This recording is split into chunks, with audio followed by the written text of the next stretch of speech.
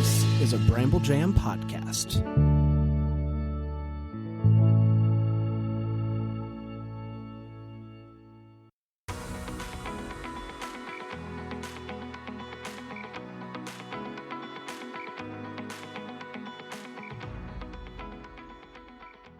Welcome to Girls Gone Hallmark, a Hallmark review podcast. I'm Megan, and I'm a longtime Hallmark fan. I'm Wendy. I'm a former Hallmark hater. On today's episode, we are discussing the final installment, I can't believe we're saying that, in the Mystery 101 franchise, Deadly History. We'd love for you to follow us when the podcast is over. You can find us in lots of places, but over on Instagram, we're Girls Gone Hallmark. Hey, we have a Facebook group. Come join us there. Girls Gone Hallmark and Facebook groups.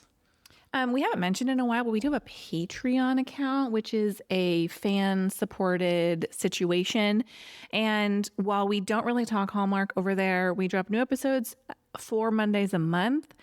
And they're, kind of behind the scenes, life lately, pop culture, stuff we love. So if you want more Megan and Wendy, the best place to find that is patreon.com/Megan and Wendy. Your first week is completely free if you want to check it out and see what we're working with over there. And we do have a lot of Hallmark listeners who are there, so thank you for joining us there and listening to us ramble about TikTok shop purchases. Hey, let's start with a synopsis. Amy and Travis travel to New York to investigate the disappearance of Amy's uncle, and the initial clues make them fear the worst. Stacey Ann Harding directed the final installment of Mystery 101. With 15 directing credits, Deadly History was her very first project for Hallmark. She's gone on to direct movies like Round and Round, Love Classified, several episodes of Holidays, and When Calls the Heart. Round and Round. I need to revisit that movie. So good. Such a great movie. I need more movies like that from Hallmark. Mm-hmm. I know this is not where we usually talk about this, but can we talk about the third installment of Three Wise Men? Yeah. How do you feel about that? Well, it's a crowd pleaser. I guess. Feels a little like easy button for Hallmark. Yeah. Look, I was kind of hard on that movie in our review. And I said the first one or second one? The second one. Mm-hmm. I liked the first one. I actually had a dream about this the other night that I was watching the third one and that it was great. Oh. So I'm gonna hold out hope that we finish on a high note. Back to the Future. The third one was terrible. Yeah. I think it's really weird. I know this isn't a headlines episode or a mailbag episode, and I'm totally going off topic here, but I just think it's weird. We have another football movie, and now we have another Three Wise Men movie. Do they not have any writers who can write new, fresh content? I think we're going to get lots of new, fresh content. We got Aaron Krakow and Tyler Hines in a movie filmed almost entirely in an airplane. This is new news to me. Yeah. What movie is Love that? in the Clouds. Oh, isn't that the same name as that? Love Above the Clouds? I don't know. Hold on. It's in my notes for... Wait a hot minute. It's in my notes for another show we're doing. What? Aaron and Tyler reunited again? Yes. Zing. Zing. Well, that's exciting. Christmas Above the Clouds. Okay. Peter Benson directed movie. Nice. Yeah. All right, let's get back to Mystery 101. Yeah, let's. This installment of Mystery 101 was written by John Christian Plummer, based on characters by Robin Bernheim and Lee Goldberg. Jill Wagner, Christopher Palaha, Robin Thomas, and Miranda Edwards all return. Sadly missing is Preston Vanderslice as Bud. Poor Preston Vanderslice. He just was like, okay, I'll sit out on this one because it doesn't make sense for me to be in New York with them because I'm a TA or whatever his role is back at college. I'm sure he had those exact thoughts. I'll sit out on this one. I'm sure he was fine. like, I'll be back. I'm sure he was like, what do you mean I'm not in this one? Yeah. Can't even FaceTime a dude. For real. Peter Benson, speaking of, plays Al Winslow. He's both an actor and director. Most recently, he appeared in the Cases of Mystery Lane, Death is Listening. By the way, a blog post on our website that's been popping off lately. Mm-hmm. Are people wondering where the next Mystery Lane movie is? Where is it? Is that a bird? Yeah, they like to gather outside my laundry room window and it's Oh. open right now. Do you want me to shut it? Is it No. bothering you? No. I went in there the other day to shift the laundry and there was like a whole bunch of birds there and I was like, hey guys, what are you doing? And one of them looked at me like this and then they all took off. It was so funny. I felt like Snow White there for a second. Back to Peter Benson. He directed Return to Office earlier this year and currently has one project in production, though it's unclear if it's for Hallmark. Now, Probably this one. no, I saw it was a different name and it was not those actors attached to it too. Interesting. So I wouldn't be surprised if Peter Benson has like 5 projects Yeah. going off right At now. various stages of development. Exactly. Lauren Cardinal plays Sheriff Harry Ridgway with 97 acting credits. He's been in a lot of projects outside of Hallmark, but you might recognize him from an episode of When Calls the Heart in 2019 or the 2018 Hallmark movie Welcome to Christmas. Michael Patrick Dennis plays Ollie Kent. He has 47 acting credits and has appeared in many Hallmark movies like Color My World with Love, 8 Gifts of Hanukkah, and Raise a Glass to Love. Allison Araya plays Jennifer, and with 88 acting credits, she was last seen in Happy Holidays from 2024. Iris Quinn plays Eleanor Kent. Iris has 84 acting credits with lots of Hallmark titles, including The Wish Swap and All I Need for Christmas, both from 2024. Jason Cermak plays Mark Lyons. His resume includes many Lifetime and Hallmark movies. His last appearance on the Hallmark Channel was in A Mrs. Miracle Christmas from 2021. Jen McLean Angus plays Sinead Sullivan. Jen has 31 acting credits and last appeared on Hallmark in the movie The More Love Grows from 2023. Deadly History was filmed in the spring of 2021 in British Columbia, Canada, and premiered on August 1st, 2021 on Hallmark Movies and Mysteries, a channel I think we're going to see some announcements about before the end of 2025. You know, isn't there usually like a big like press or media day Hallmark does like right before the announcement? Remember like last year they did it to like kick off Hallmark Plus? Like the upfronts. Yeah, something like that. Yeah. You think it's coming I don't know if it's coming anywhere there. But July 15th? Today is July 15th. Yes, they're going to need to announce something by August, right? well, or just when we get the countdown to Christmas announcements. Or maybe in true Hallmark fashion, they don't announce anything. Perhaps. Just like the end of this franchise.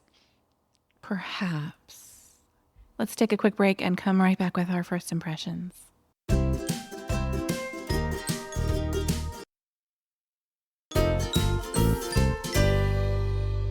Hey, Wendy, what was your first impression of Deadly History? Someone hand me a pitchfork. I'm finally getting why the Mystery 101 fans were real pissed off. So my first impression is you warned us and we still weren't ready. No, let's just talk about that for a second. Let's just talk about the elephant in the room. Uh-huh. I thought the last 30 seconds were actually incredible. It was a great cliffhanger. If the movies were coming back. Yeah. So good. Now, I am going to listen to the John Christian Plummer interview. Things are fast and furious around here. Free time doesn't exist. I will listen to that. But a lot of people have basically told us that in that interview, he says it's a dream. So I'm like, all right, I can handle it. That's okay for you? Yeah, and the other thing people have suggested is that the movie Francesca Quinn P.I. reads like it might be a Mystery 101 script, like it might be the story from the 8th movie made into a different characters, some similarities. Mallory Jansen is in that one. Did they only do one of those? Yeah, and we did not review it. Oh, interesting. I honestly couldn't remember. I had to look it up. We did not review it. So perhaps watching it with those eyes, although I don't really want to see Bobo, Amy, and Travis. Like, I don't want to watch it with that. I don't want to watch it as if it's the 8th movie. Sure. So anyway. Well, let's talk about what we liked. Well, we've talked about a lot already this episode. I am always, I don't know what it is. Peter Benson comes on my screen and I go, Peter Benson. Every time. I was thrilled to see this movie open up with him. He did not get a ton of screen time in this movie, really only the beginning and the end, but he had truly the scariest scene in this movie. I thought it was very creepy. Yes. He also commits classic horror movie faux pas, like goes outside, leaves the door open, comes back in. There's a lot going on. Yep. Really enjoyed Peter Benson as Al. So did I. And I really, really enjoyed this like spooky cold open that Hallmark gave. Like, we don't get a ton of that. And like you said, it was very scary. Yeah. It's funny because you had mentioned this it was this franchise we talked about. And I can't remember what episode it was, but you were like, is this the scariest one that we've seen? Like, does it give horror movie vibes to you? There's been a few. We're tiptoeing into that sort of like They do genre. a really nice job. Yeah, I think so too. What else did you like? Well, I really enjoyed the Amy and Travis relationship progression that we get in small and big ways. When they arrive at the police station to find out the details about her uncle's disappearance, he puts his hand on the small of her back as she's walking up the stairs. Real nice, subtle moment. Carmela at one point refers to Travis as the boyfriend. Best. And they kind of like look at each other, even though they haven't defined it. Well, and the best, when Carmela walks away, he goes, boyfriend. Like, he pokes Amy about it, which I just loved. I thought it was so funny. Yeah. You know, they kiss in front of the fire. That was great. And then I liked Travis bearing his soul a little bit, telling her about his parents, the loss of them, how he was raised by his grandfather. And then, you know, his grandmother held on just long enough to see him become a detective. And then we get, thank you for sharing that with me, for trusting me. And Travis says, I trust you with my life. Yeah, good stuff. And then, of course, we get dual I love yous Good stuff. in the penultimate scene. Yep. Great. Good stuff. Look, I think Chris does a really good job at delivering all these lines too. It's so believable. I'm just like, okay. Yeah. Like, I could really see, like, I like these two. Like, they have fire chemistry. We've been talking about for 7 movies now. It's this movie here where I'm like, oh, they're like one true love kind of status, right? Yeah. And it makes it even harder to accept that this was the end. Yeah. Yeah, I agree. I absolutely agree. You're ticking all of my boxes of the likes I have on my list. I have one like about Graham in this episode where he stands up to Frank Sullivan. He's like gentled, but also unbothered. And I was like, okay, Graham, I see you. Okay, Like, Graham. I think Robin Thomas is real kind of silver sexy. And maybe it's because I'm an old lady now too. I don't know. I kind of love this sort of, he was protective of like these women in this particular movie. I just was here for quiet authoritativeness. Yeah. I like him too. Yeah, I liked it. The final like for me is I liked the mystery in this particular story as well. Kind of non-Hallmarky in a way. Like, we have like a surprise affair, like, and a child out of wedlock, a secret child exists. Not really Hallmark fare. So I was interested in all of that. I mean, it's a lot. There's a lot of people, and we're going to talk about that in my wishes, but I liked the mystery part of it. Yeah, me too. I have a couple little tiny likes. I like the dynamic between Amy and Carmela. They kind of each dish it out as much as they can take it. That was weird wording, but you know what I mean. I know what you mean. Speaking of Graham, he's always very even and level. And at one point he's talking to Sinead and she's like, yeah, I stole the money so I could leave Frank. And he was like, well, I definitely think you should still do that. Great line. Yes. Speaking of spooky, like the distorted voice ransom call. Yeah, that was... I was like, oh, look at that. Real creepy, like that. And finally, Frank Sullivan is like super villain level creepy in this movie. He's giving straight up Marvel villain vibes. He was scary. He didn't make our list of, just because there were a lot of characters in this particular movie. And sometimes when I craft these, you know, who's in this movie, I'm like, okay, are we... No shade. Okay. Yeah. But he was real scary. He was great. Yeah. What did you wish for? Well, I already mentioned it. There were way too many characters. We had the Sullivans, Carmela, Mark, Lucy, Ollie, Frank, the sheriff, who ended up being the bad guy, Jennifer, the secret daughter. Lots of people, lots of suspects, lots of whodunit. But I did like that it was the sheriff who was the bad guy. That's interesting because I didn't. Why? Because I didn't want him to be the bad guy. It's funny because there's a line that he says early on about the evidence. I'm paraphrasing, but it was like the evidence is right in front of you the entire time. Or something's in front of you that you didn't know you needed the entire time. And I picked it up as like, because Travis looks at Amy and I was like, oh, this is about Travis and Amy. This is, whatever. But it was the sheriff who was the bad dude. So yeah, he was in front of them the entire time. Yeah, nice point. Leading them astray.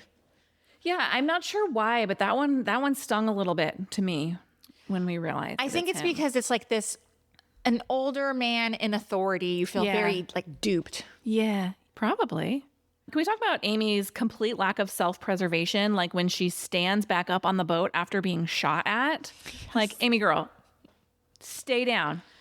Yeah. And then making the choice to dive into the lake and swim. Amy is still swimming to this day if she dove into that. Was a far swim. I was trying to see. For someone to come rescue you, girlfriend. I know. Just it's sit dark, down on the boat. It's cold. You're in a jeans and a jacket. You are too overdressed to swim. Yeah, but wasn't she like some sort of like state swimmer or something like that we learned? She's still bogged down by all that clothing. I hear you. And you don't know where you're being shot from. Like people can shoot into the water. Yes. And finally, she follows Travis into that apartment when he is chasing, I think it's Lucy's apartment. What are you doing? Like, you don't have a weapon and then you get shot at? Come on. Yeah. Yeah. That scene on the lake, didn't you think it was so dark? Yeah. I was like, I get why they're shooting it. It's a night scene. I get it. But I'm like, it's so dark. I can barely see what's happening here. Yeah. As like somebody's trying to view it. And made me think because there's also a scene coming up in our review of Mistletoe Murders is a really dark scene too. And I'm like, is it me who's the problem in these dark scenes that I just can't see anything? And I'm trying to think of like other like big budget movies or TV shows. I find most of them to be too dark. Really? Yeah. Interesting. My only other little wish is when we finally get the info dump of, we get all the details of the crime, the mystery. It's all, it's all told to us. It was like rapid fire. And I was like, who are we talking about? Who when did what? Amy and Travis are talking to each other? Yeah, but I love their like good cop, bad cop sort of vibe that they take on. But I was like, this is a lot of information. I almost needed like, I needed like a little diagram of people that they were talking about. It's a lot. I need it. Yeah, I need some visuals. Look, I just want to say that if you're trying to remain undetected, maybe flying a drone over the boat that you are following, not the greatest idea. Drones are not silent. And I also felt very confused about the Mark and Lucy relationship. Like, why was he having dinner at her house? Because she's a student. Yeah. And he's a professor. And I know they were working together on this project. It seemed like the relationship was inappropriate, but they never gave us the information that it was. So that's just a vibe that I was picking up. I thought it was odd. Yeah, I don't blame you there at all. It's time for Did You See That? I only have one. Okay. It is when they're looking at the footage of who left the postcard on the door. And Travis is like, zoom in on that. And then that IT guy like super zooms. Like, that's not how these things happen. No, and you're also not going to see the writing that clearly. No. Like, come on. I was like, even on like CSI, it's not. Well, I take that back. When I have watched like CSI or whatever, and they're like, let's look at that footage from the CCTV, and it's all grainy and it like comes in like perfectly clear and they can see who the bad guy is. It's kind of the same thing here. It just was funny. That's all. I have a couple. When Travis is waiting for Amy outside of the hospital room, who's in the hospital? Peter, Benson, Al. Because because he shot himself. He's like leaning against a railing and his hands are literally in the I love you sign, like the sign language I love you sign. Oh. And then they have their I love you moment. Don't know if it was intentional or not. And finally, my final, did you see that? It's about the movie poster. If you look at it, it's Amy and Travis, and then the background is the boat slicing through the water, and it's slicing right down the middle of them. And is it foreshadowing their split at the end of this movie? Maybe. Even though they don't actually split. What did you rate this movie? It's a 5-star for me. It's a 5-star for me too. I really liked it. And I know everybody was like, the last 30 seconds to the last ending. I think it was a good ending, but not for a finale, you know? Yeah, I thought it was a great movie if you ignore the fact that it is an unfinished series. Yeah. On its own, I think it's a great movie. I have no complaints. It's 5 stars for me too. This series delivered. It did. Hey, thank you for listening to this episode of Girls Gone Hallmark. If you want more Mystery Fix, keep listening because we are going to be reviewing Mistletoe Murders next. Come back for that. We'll see you next time. Goodbye. Bye.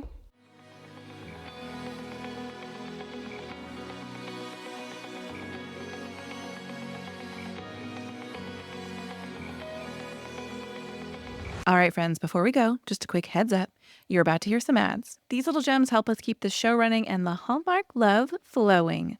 So do with that info what you will. Grab a snack, hit the skip button, or maybe, just maybe, listen in and discover your new favorite product. Bye.